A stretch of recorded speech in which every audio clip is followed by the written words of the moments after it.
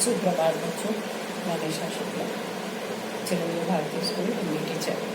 मैं आपके सामने मुंशी प्रेमचंद जी द्वारा लिखित दो बैलों की कथा कहानी लेकर के आई हूँ। बच्चों, मैं इसका सारांश आपको बताऊँ। बच्चों, मुंशी प्रेमचंद जी ने देश में होने वाली अनेक घटनाओं और अनेक अंधविश्वासों पर भी कहानी लिखी है। मुंशी प्रेमचंद जी पर्दा प्रथा, कर्मनाशा की हार, गोदान, गबन, इन कहानियों को उन्होंने लिखा। उसी तरह की एक कहानी है, मित्रता पर आधारित है, दो बैलों की कथा। झूरी के पास दो बैल थे, हीरा और मोती। बच्चों, हीरा और मोती अपने मालिक को बहुत चाहते थे और मालिक भी, झूरी भी अपने बैलों को बहुत चाहता था। बच्चों, एक दिन ऐसा हुआ कि गया, झूरी की पत्नी का भाई है, वो आया और उसने झूरी से दोनों बैलों की मांग की। कुछ दिन के लिए वो अपने साथ उन्हें ले जाना चाहता था। बच्चों, गया ने दोनों बैलों को उठा पकड़ा रस्सी से और ले अपने गांव की तरफ ले चला। बैल तो जाना नहीं चाहते थे क्योंकि वो तो झूरी के पास ही खुश थे। वो कभी हीरा बाएं जाता तो कभी मोती दाएं जाता। दोनों किसी तरह से बहुत परेशान होकर के गया उनको मारते मारते उनको अपने गांव ले गया, ले जाकर के खूंटे में बांध दिया और उसकी पत्नी ने ला करके सूखा भूसा उनके आगे रख दिया।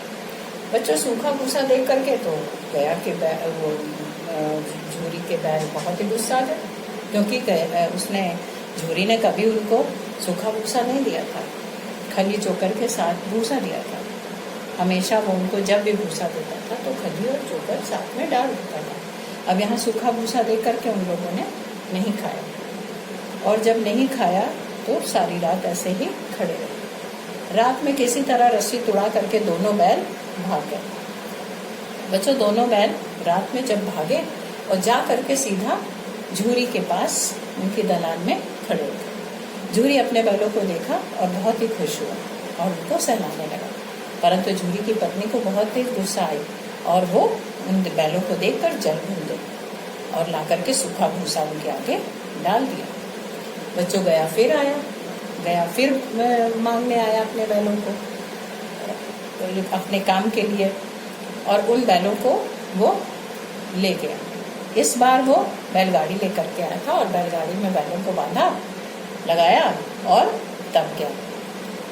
बैलगाड़ी में बंधे हुए दोनों बैल अनमने ढंग से चले जा रहे थे तो मोती के मन में ख्याल आया कि क्यों ना इसको गड्ढे में गिरा दिया जाए, परंतु हीरा के मना करने पर वो दोनों साथ में चले गए तो वहां पर ले जाकर के गया ने उनको खूंटे से बांध दिया और खूंटे से बांध कर फिर वही सूखा भूसा उनके आगे डाल दिया।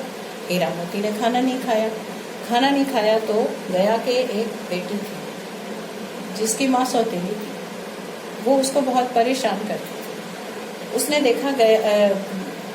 देखा कि बैलों ने रात से कुछ खाया नहीं है तो उसने आधी रोटी दोनों को खिला दी, आधी रोटी। वो दोनों खा करके संतुष्ट हो गए। उस लड़की के हाथ का खाना खाकर दोनों संतुष्ट हो गए। अब दोनों मन में विचार करने लगे कि किस तरह हमको यहाँ से भागना है। बच्चों, रात में वो रस्सी चबा रहे थे तो गया की बेटी ने देखा कि ये दोनों भागना चाहते हैं और रस्सी चबा रहे, तो उसने उन्हें खोल दिया।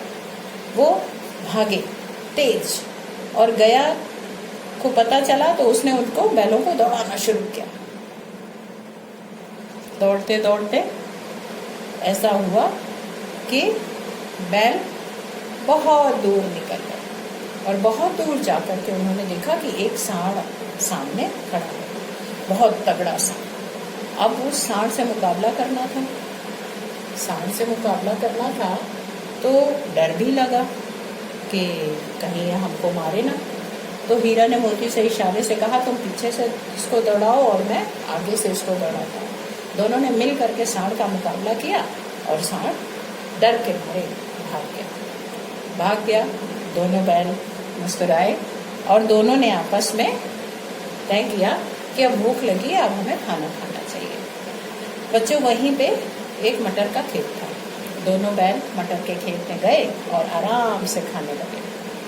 मटर के खेत का मालिक जो था उसने देखा और डंडा लेके दौड़ा दौड़ा आया और उसने हीरा मोती को पकड़ लिया। अब हीरा मोती को पकड़ लेने के बाद उनको मारा भी और ले गया कांजी हाउस में बंद कर दिया। कांजी हाउस क्या है?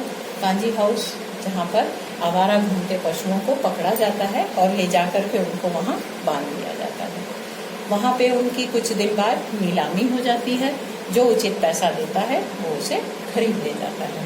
तो बच्चों, वो पशु जब दोनों हीरा मोती जब कांजी हाउस में गए तो वहाँ उन्होंने देखा कि अरे, यहाँ तो बहुत सारे पशु अधमरे पड़े हुए हैं। उनको शायद समय से अच्छे से खाना नहीं मिलता है, उनको खाना नहीं दिया जाता है।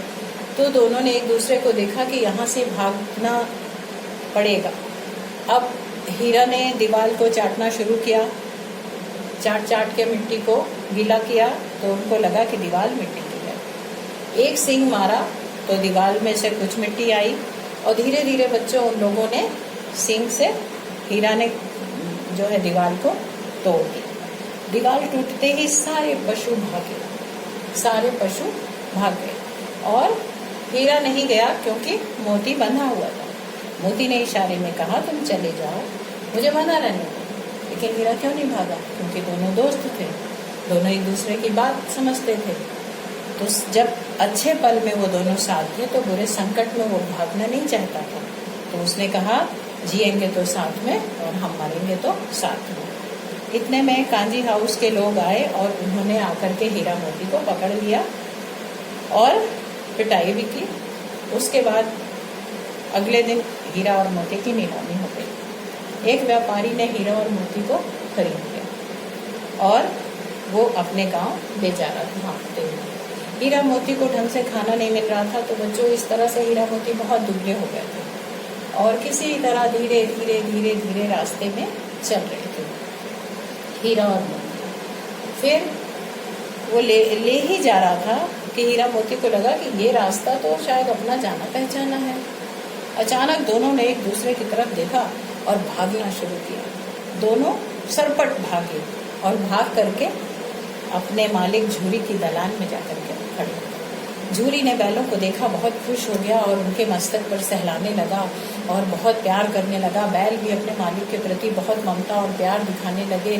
झूरी की पत्नी निकल के आई, उसने भी बैलों के मस्तक को चूमा और बहुत प्यार किया।